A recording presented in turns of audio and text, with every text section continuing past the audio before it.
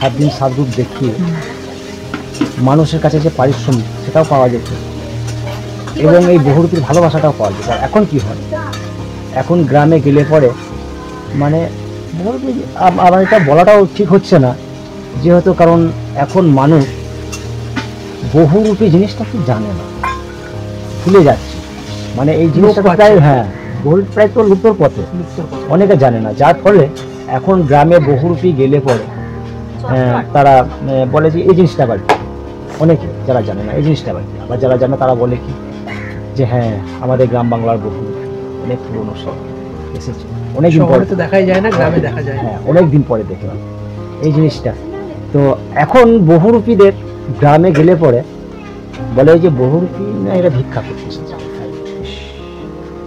কিন্তু বহুরূপীদের সে মানা মানে গ্রামের মানুষেরা বা শহরের মানুষেরা দেয়, কারণ তারা যদি জানতো যে বহুরূপী জিনিসটা কি তাহলে পরে নিশ্চয়ই মান দিত, এবং যারা জানে তারা অবশ্যই মান দেয়, তারা ভালোবাসে বহুরূপী। যেহেতু আপনি বহুরূপী ও শিল্পী দুটোকেই আমি একসাথে কম্বাইন করছি, একজন বহুরূপী বা শিল্পী কতটা সাধারণ মানুষের কাছ থেকে অবমাননা পায় বা তাচ্ছিল্য পায়?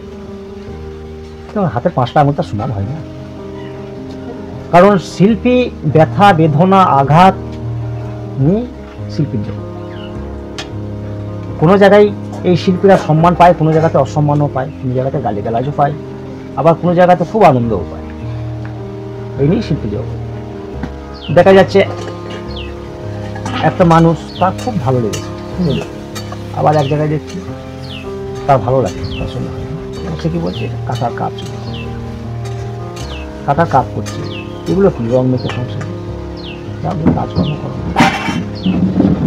আমার বয়স 38+, ছোটোর থেকে আমি যে বহুরূপী করছি এবং আমার বাবারাও করেছে, যে সম্মান পেয়েছে বাবারা, কিন্তু আমরাও সম্মান আগে পেয়েছি, এখন আর পাই না, যার ফলে এখন আমরা যে বহুরূপী করে এসেছি বা করছি আমাদের পরের জেনারেশনে তারা করবে কিনা সেটা আমাদের মনে হয় না যে, তবে যদি এই শিল্পী মান যদি আবার ঘুরে পায়, সম্মান যদি পায়, সবাই যদি দিতে পারে তবে সম্ভব।